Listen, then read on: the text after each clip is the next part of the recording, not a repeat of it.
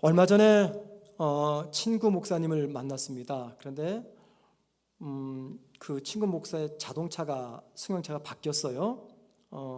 차가 일반 승용차였는데 SUV로 바뀌어 있었어요. 그래서 내가 차 바꿨네요. 그랬더니 차를 바꿨다고.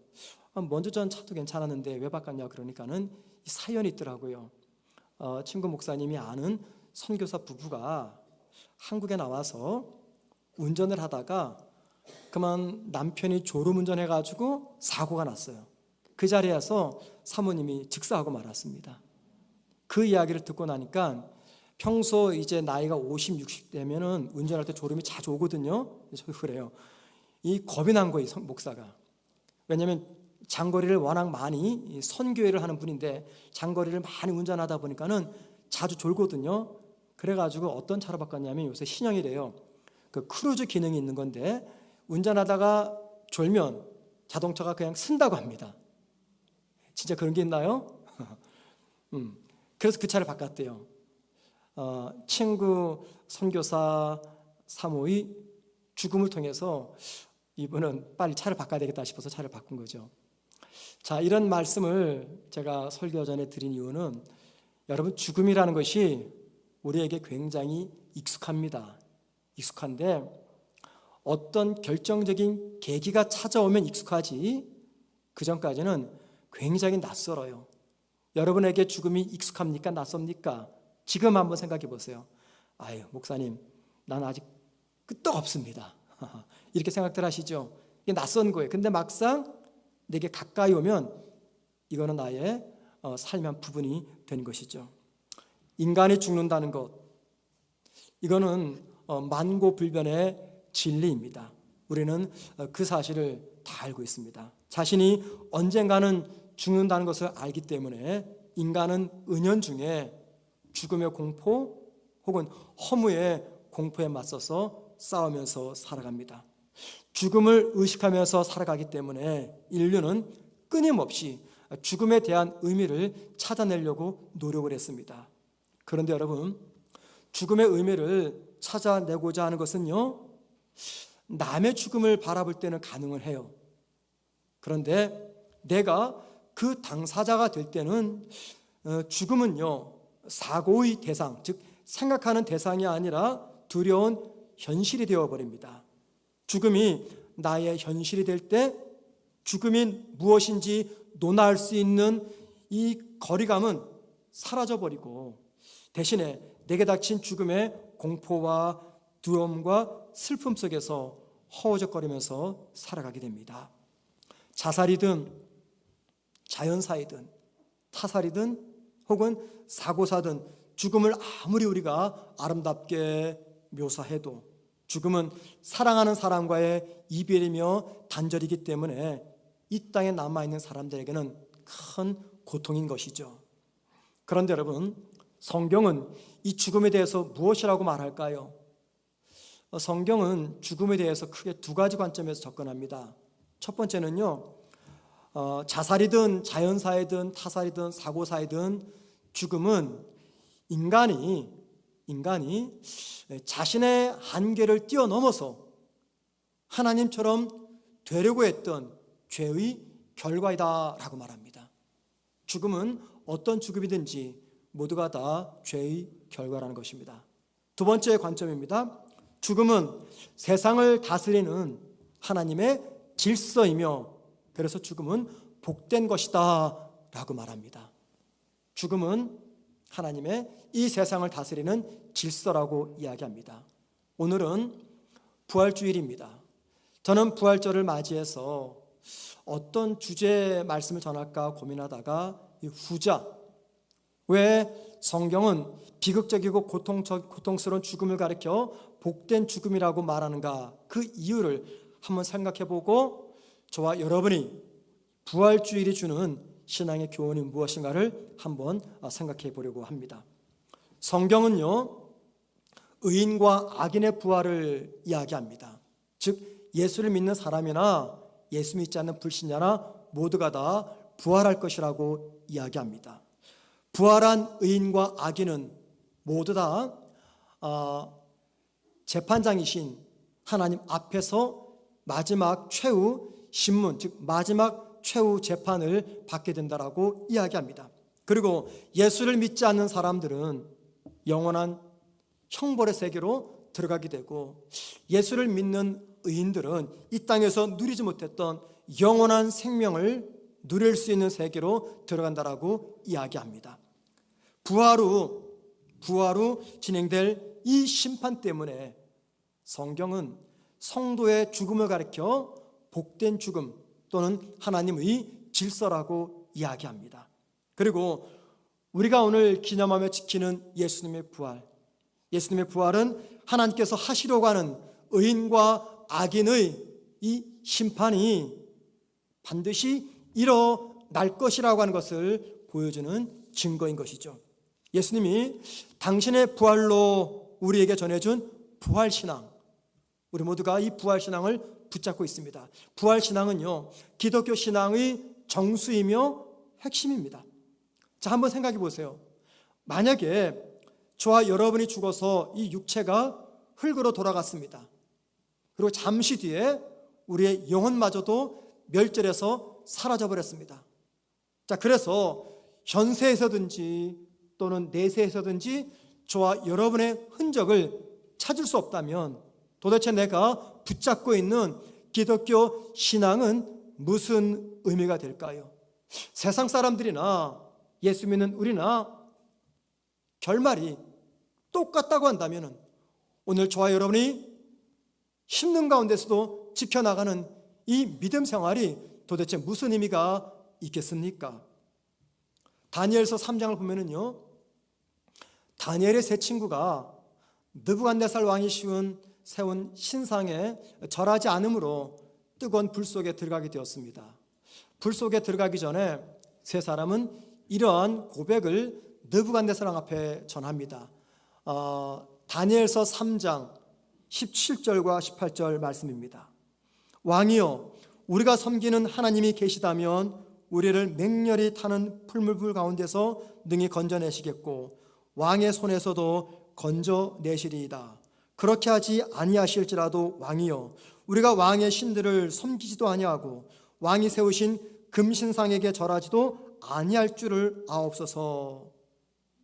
하나님이 불 속에 들어간 자기들을 구하지 않는다 하여도 자기들은 결코 우상 앞에 절하지 않겠다라고 하는 이 고백에는 어떤 의미가 담겨져 있는 것입니까?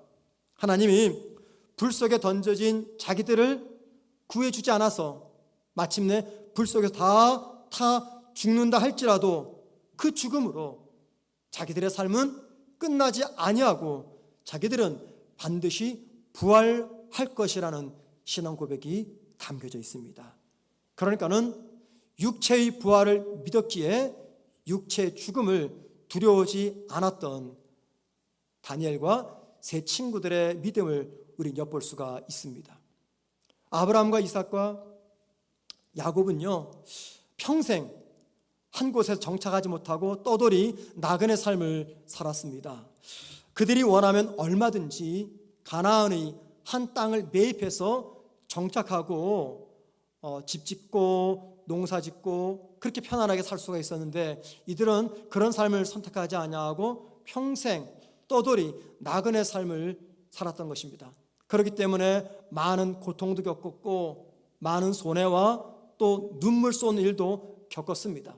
그들이 왜 이런 유랑자, 나그네, 떠돌이 생활을 했던 것입니까? 히브리서 11장 16절은 그 이유를 이렇게 말합니다. 그것은 그들이 하늘에 있는 더 나은 본향을 사모했기 때문이다 라고 말합니다.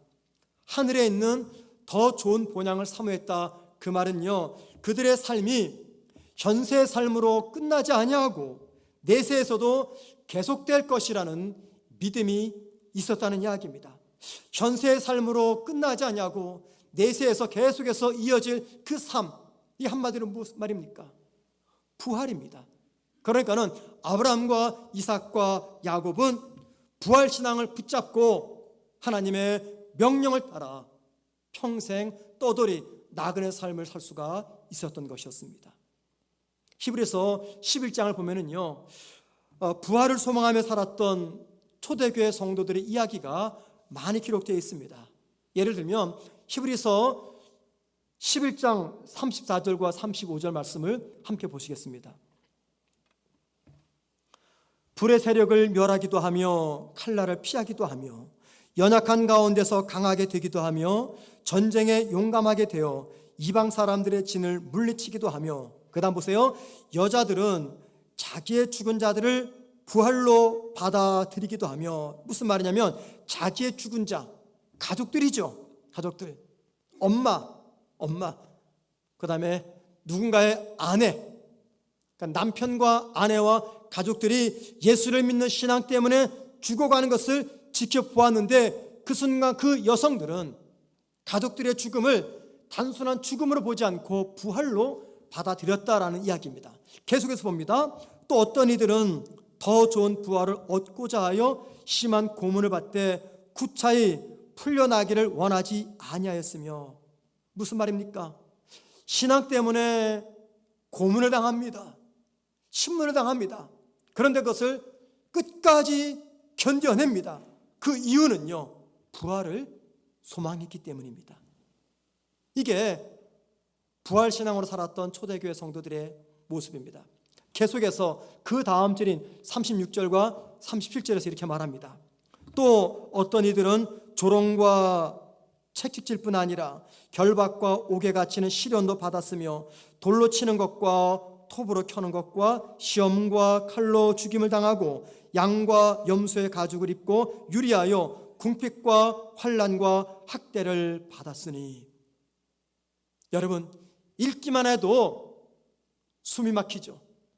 읽기만 해도 끔찍하죠. 만약에 이 자리에 이 사람들이 아니라 저와 여러분이 있거나 우리의 자녀, 내 남편, 내 아내가 있다면 우리의 마음이 어떨까요? 말로 설명할 수 없는 극한 고통을 겪었던 사람들이 초대교회 성도들입니다. 그런데 그들이 무엇 때문에 이 고통을 견딜 수가 있었습니까? 성경은 부활 소망 때문이라고 이야기합니다. 그러니까는 이 말씀들은요, 부활을 소망했던 성도들의 삶의 모습이에요. 이 말씀 그러니까는 한 가지를 강조합니다. 예수를 믿는 성도의 육체는요, 반드시 부활한다는 것입니다. 왜요? 그 믿음을 가졌기 때문에 초대교회 성도들은 목숨을 위협당하는 순간에서도 신앙을 포기하지 않은 채 오히려 그들의 목숨을 순교의 제물로 드릴 수가 있었기 때문입니다. 고난 중에서도 믿음을 지켰던 이유가 무엇 때문입니까? 육체의 부활이 확실한 사실임을 그들이 믿었기 때문입니다. 여러분, 어떻게 해서 다니엘의 세 친구와 아브라함과 이삭과 야곱, 그리고 초대교회 성도들이 부활신앙을 갖게 되었을까요? 어떤 이유 때문에? 계속해서 히브리서 11장 39절은 이렇게 말합니다. 이 사람들은 다 믿음으로 말미암아 증거를 받았으나 약속된 것을 받지 못하였으니. 증거를 받았대요. 이 증거는, 이 약속은 무엇이냐면 히브리서 11장 전체 문맥을 볼 때 다름 아닌 부활 소망입니다. 그러니까는 부활 소망을 받았어요. 누구로 받았습니까? 하나님으로부터 부활 소망을 받았는데 아직은 부활이 이루어지지 않았어요. 약속을 받았지만 아직 부활이 이루어지지 않는 그 중간 사이에서 이들이 지금 뭘 경험하고 있는 것입니까? 고난을 경험하고 있는 것입니다. 박해를 당하고 있는 것이에요. 그럼에도 그들은 끝까지 고난을 이겨냅니다.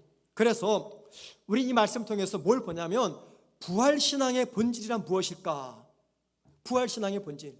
우리는 부활신앙 하면은요, 죽어서 하나님 나라에서 내세의 세계에 들어가서 영원히 살 것을 생각합니다. 이것도 역시 부활신앙이 맞습니다. 그런데 여러분 생각해 보세요. 초대교회 성도들이, 다니엘과 세 친구들이, 아브라함과 이삭과 야곱이 하나님의 나라를 본 적이 있습니까? 혹은 하나님 믿다가 부활한 사람을 본 적이 있습니까? 아무도 못 봤습니다. 하나님의 나라 가본 적도 없고 부활을 목격한 적도 없어요. 그건 그냥 단지 들은 이야기예요. 그런데도 그들은 그것을 믿었어요. 그래서 부활신앙의 핵심은 뭐냐면 우리의 몸이 부활할 것이다, 우리 모두가 하나님 나라 들어갈 것이다, 이것도 맞지만 더 본질적으로 부활신앙의 핵심은 뭐냐면 부활을 약속하신 하나님의 말씀을 붙잡는 것, 이게 바로 부활신앙의 핵심이며 정수입니다. 성도는 하나님의 말씀을 붙잡고 살아갑니다. 그래서 히브리서 11장에 나와 있는 초대교회 성도들의 그 믿음의 능력들, 우리 이것을 믿음의 능력이라고 표현합니다. 그 믿음의 능력이 있었던 이유는 그들이 부활을 경험해서가 아닙니다. 그들이 내세를 다녀왔기 때문이 아닙니다. 그들의 믿음의 능력이 있었던 것은 그들에게 말씀하신 부활의 약속, 하나님의 약속을 그들이 붙잡았기 때문입니다. 그래서 여러분, 저와 여러분의 믿음의 능력이 어디서부터 나타나는지 아십니까? 우리의 믿음의 능력이 어떻게 나타납니까? 다른 거 아닙니다. 하나님의 말씀을 내가 붙잡을 때, 하나님의 약속의 말씀을 내가 놓지 않을 때, 그때 내 삶 속에서 믿음의 능력이 나타나는 것입니다. 자, 이렇게 본다면 부활신앙이란 단지 내세에 대한 믿음만이 아니라는 거예요. 부활신앙이란 하나님의 영원한 통치와 하나님의 약속을 우리가 신뢰하는 것입니다. 그렇다면 우리가 지금 믿고 있는 예수님의 부활, 그 예수님의 부활은 무엇을 의미하는 것인가? 이 땅을 살아가는 우리의 삶이 이 땅에서 끝나는 것이 아니라, 이 땅에서 삶이 전부가 아니라 하나님께서 주시는 영원한 삶이 있음을 보여주는 증거라는 것입니다. 저와 여러분은 예수님의 부활을 본 적이 없어요. 근데 믿습니다. 여러분, 그 믿음이 어떤 믿음입니까? 단지 예수님이 부활하셨다, 그 믿음입니까? 그 믿음을 바탕으로 해서 어떤 믿음이 세워져야 되는 것입니까? 이 땅에 살아가는 우리의 삶은 전부가 아니라 하나님께서 주시는 영원한 삶이 나에게 주어졌다라는 것을 믿는 그 믿음을 알려주는 것이 예수님의 부활 사건입니다. 하나님은 예수님의 부활을 통해서 영원한 세계인 하나님의 나라가 존재하고 그 나라에서 영원히 살 수 있는 유일한 방법은 부활하신 주님을 믿는 것뿐이라고 말씀하고 있는 것입니다. 그래서 여러분, 예수님의 부활을 믿는 믿음이란 현세에서의 삶이 전부가 아니라 하나님께서 예비하신 또 다른 삶이 있음을 믿는 믿음입니다. 성도는 말씀에 기록된 이 이야기를 믿을 때, 그때 비로소 이 부활신앙을 우리 마음속에 붙잡게 되는 것입니다. 사도행전 2장 35절을 보면은요, 베드로는 하나님이 부활하신 예수님을 하나님 우편에 앉게 하셨다라고 설교했습니다. 여러분, 이 말이 무슨 말이냐면 예수님의 부활은 하나님 앞에서 받게 될 영광의 전부가 아니라는 것입니다. 이 순서를 잘 생각해 보세요. 예수님이 부활하셨습니다. 부활하시니까 하나님이 그 예수님을 하나님 우편에 앉히셨어요. 하나님 우편에 앉혔다, 그 말은 하나님의 모든 통치권, 권세, 권위를 우리 주님께 내어드렸다, 그 말입니다. 순서가 뭐예요? 먼저 부활하시고 나서 우편에 앉으셨어요. 그러니까는 부활은 예수님이 하나님 아버지의 보좌 우편에 앉기 위한 과정일 뿐이에요. 그리고 이 말은 저와 여러분에게 시사하는 바가 대단히 큽니다. 우리가 기대하는 게 뭡니까? 부활입니까? 아니에요, 여러분. 부활이 다가 아닙니다. 부활은 이제 시작인 거예요. 우리가 진짜 바라는 게 뭐예요? 하나님의 영광입니다. 하나님 나라의 영광입니다. 그러면 부활은요, 그 하나님의 영광의 나라에 들어가는 이제 시작점일 뿐이에요. 부활은요, 온전한 영광이 아닙니다. 하나님의 나라에 들어가는 것이 온전한 영광입니다. 그러므로 하나님을 믿는 우리가 맞이하게 될 최고의 영광은 다름 아닌 부활이 아니라 부활 이후 하나님 나라에서 경험하게 될 하나님과 영원히 사는 것입니다. 부활은 그 영원한 삶 안으로 들어가는 시작일 뿐인 것입니다. 저는 지금까지 이 부활에 관한 말씀을 여러분에게 전해드렸어요. 자, 여러분, 지금까지의 설교 내용을 여러분들이 믿으신다면 자동적으로 저와 여러분이 깊이 고민해야 될 문제가 하나 생깁니다. 이거를 여러분들이 외면하시면 안 돼요. 그게 무엇입니까?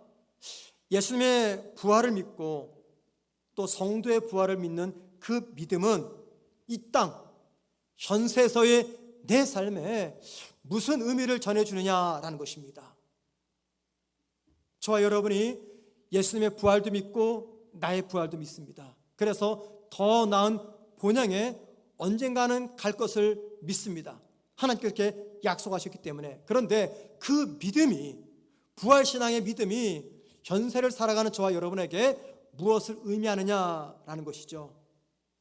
부활과 내세의 삶을 믿는다면 그 내세의 삶을 살기 위해서 현세에서는 내가 어떻게 살아야 되는지 더 깊이 고민하고 조심하고 긴장하며 신중해야 된다라는 것을 알려줍니다. 자, 부활과 내세에서의 삶을 믿는다면요, 우리 마음속에 두 가지 감정이 생깁니다. 내가 부활을 믿고 내세를 믿으면 우리에게 두 가지 감정이 생겨요. 첫 번째 감정은요, 영광스러운 부활의 몸으로 하나님 나라에서 영원히 살게 될 소망, 즉 희망의 감정이 생기죠. 우리 모두에게는 이 희망이 있습니다. 동시에 부활의 몸으로 내세에서 살게 될 그때까지 현세에서는 내가 어떻게 살아야 되는가라고 하는 책임의 감정이 생깁니다. 그래서 희망과 책임의 감정 또는 희망과 두려움의 감정은요, 부활을 믿는 성도가 지녀야 될 감정입니다. 그렇다면 부활신앙을 붙잡고 내세의 삶을 소망하는 성도는 현세에서 어떻게 살아가야 됩니까? 많은 이야기들을 성경은 이야기합니다. 그런데 저는 2022년 이 부활절날 한 가지만 여러분과 함께 나누려고 합니다. 이 질문에 대한 답, 내세를 소망하면서 내세에 들어가기 전까지 현세에서 우리가 어떤 마음으로 살아야 되느냐, 이 질문에 대한 답이 오늘 본문 누가복음 14장 13절 14절 말씀에 담겨 있습니다. 함께 보시겠습니다.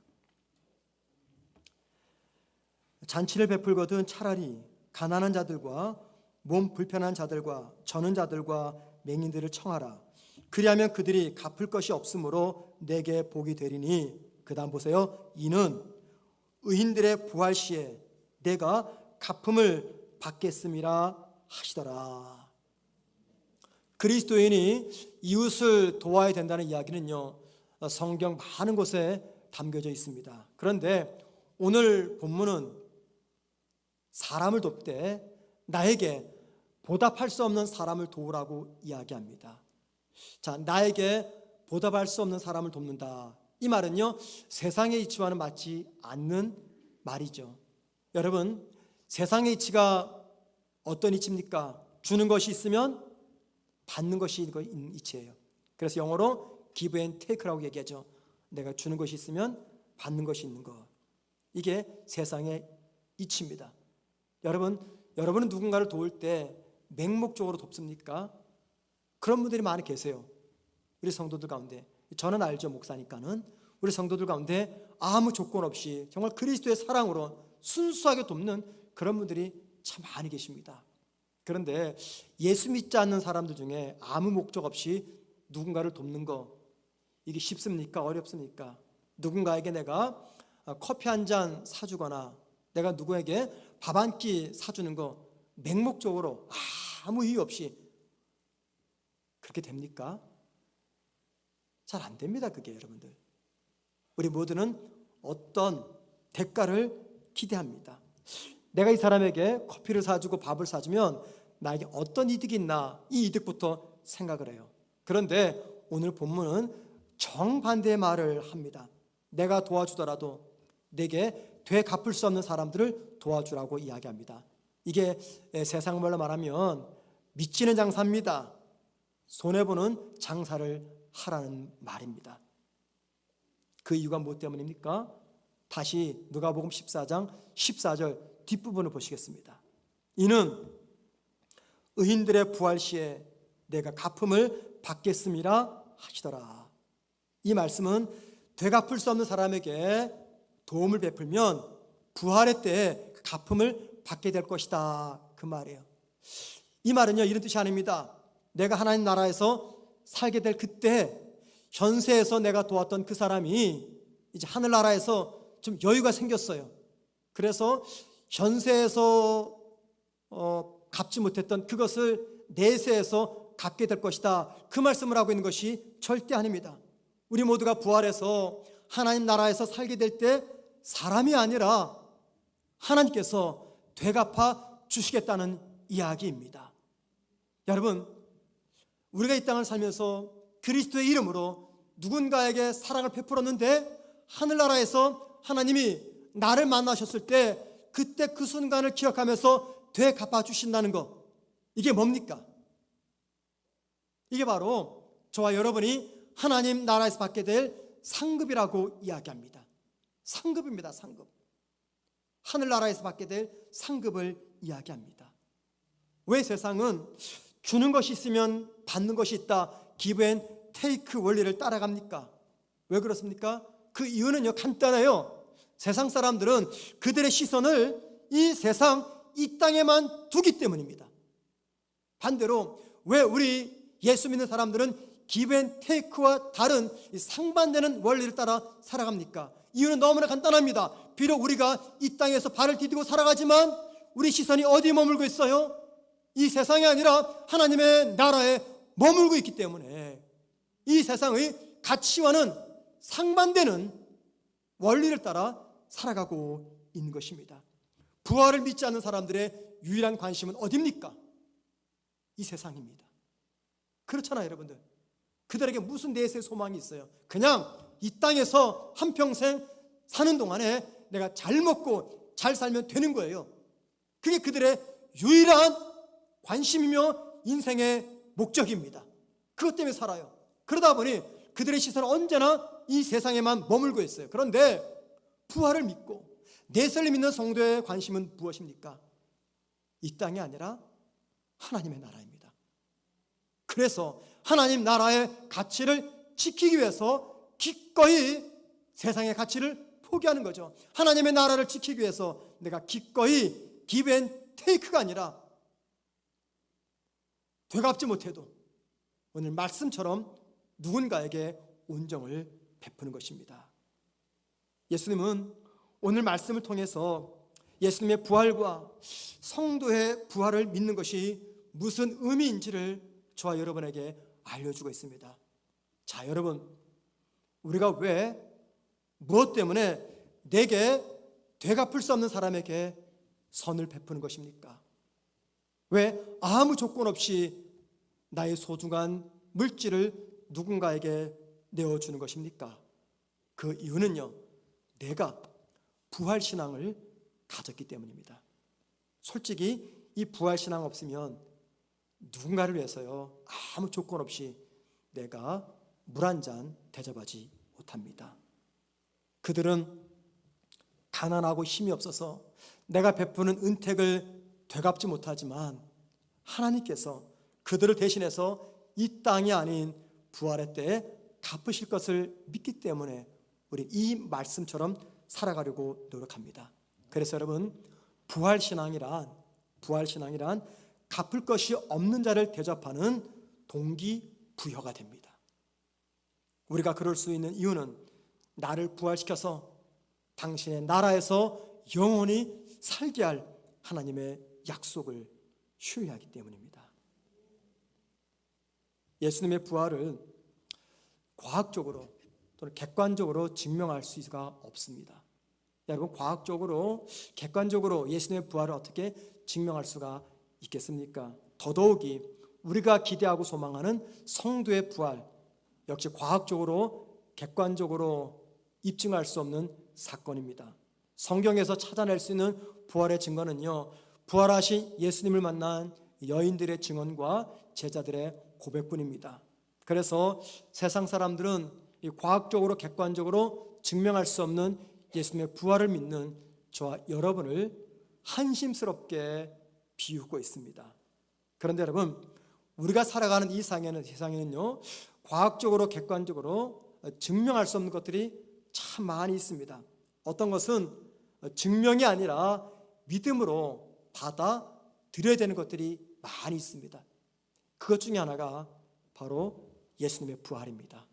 그리고 그 예수님의 부활이 믿어지게 되면 자동적으로 나의 부활도 믿어지게 되고, 나의 부활이 믿어지게 되면 우리 눈에 보이지 않는 내세 하나님의 나라를 믿게 됩니다.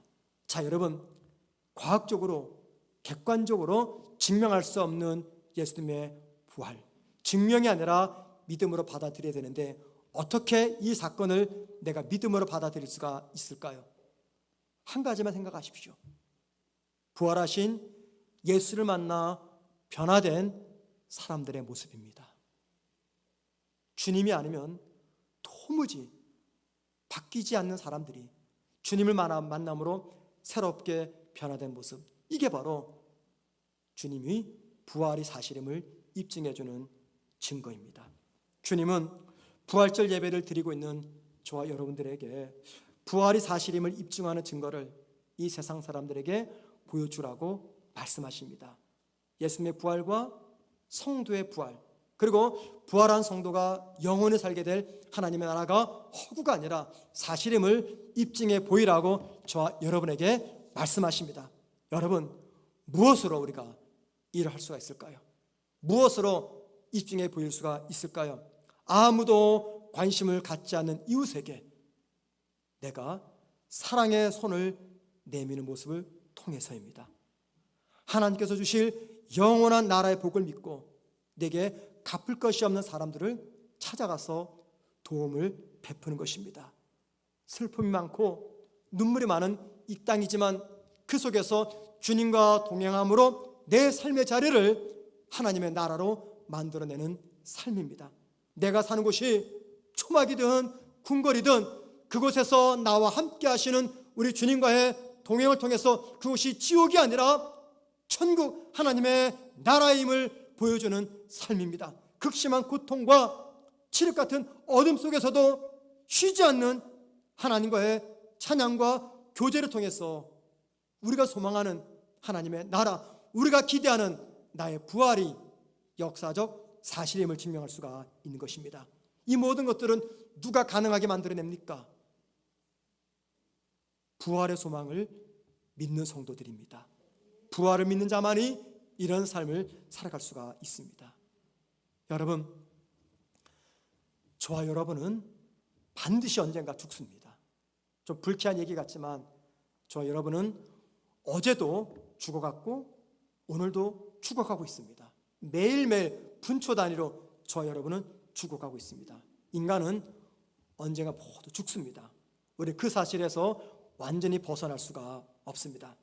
죽음은 삶과 밀접하게 연결되어 있기 때문에 죽음을 외면한 채 내 삶을 온전히 생각할 수는 없는 것이에요. 그런데 여러분, 언젠가 죽는다는 이 사실은요, 저와 여러분이 현세의 삶을 더 의미 있게 만들어줍니다. 왜 그렇습니까?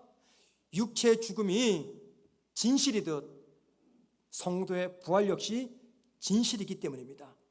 우리에게 다가오는 육체의 죽음을 잘 준비하고 잘 맞이할 수 있는 최선의 방법이 무엇입니까? 부활신앙을 붙잡는 것입니다. 부활신앙을 붙잡는다, 그 말은 내세를 약속하신 하나님의 약속을 붙잡는 것입니다. 성도가 하나님의 약속을 붙잡을 때 그때 비로소 세상 사람들이 충격을 받는 놀라운 능력이 나타나는 것이죠. 성도가 하나님의 약속의 말씀을 붙잡을 때 그때 비로소 변화가 시작이 되는 것입니다. 하나님의 신실하신 약속을 믿고 붙잡을 때 땅에 고정되어 있던 나의 눈이 하늘을 보게 됩니다. 그리고 현실을 도피하는 삶이 아니라 현재의 매 순간을 소중하게 다루면서 하루하루 최선을 다해서 내 삶을 예수님의 부활과 나의 부활과 하나님의 나라를 세상에 보여주는 증거로서 채택해서 사람들에게 보여주게 됩니다. 여러분, 성도의 현세의 삶, 부활을 믿는 성도의 현세의 삶이란 내세를 준비하는 삶입니다. 어떻게 준비하시겠습니까? 부활을 믿고 내세를 믿기에 더 많은 사람들에게 사랑을 베풀며 온정을 베푸셔야 됩니다. 특별히 내게 되갚을 수 없는 사람, 그런 사람들에게 사랑을 베푸셔야 됩니다. 그렇게 살다가 이 땅에서 내 삶의 마지막 순간이 찾아오게 되면 영광스러운 부활의 아침을 기다리면서 저와 여러분은 편안히 눈을 감을 수가 있게 될 것입니다. 그 부활 소망을 가지고 주님께서 원하시는 말씀을 따라 살아가는 저와 여러분 되기를 주님의 이름으로 축원을 드립니다. 말씀을 기억하며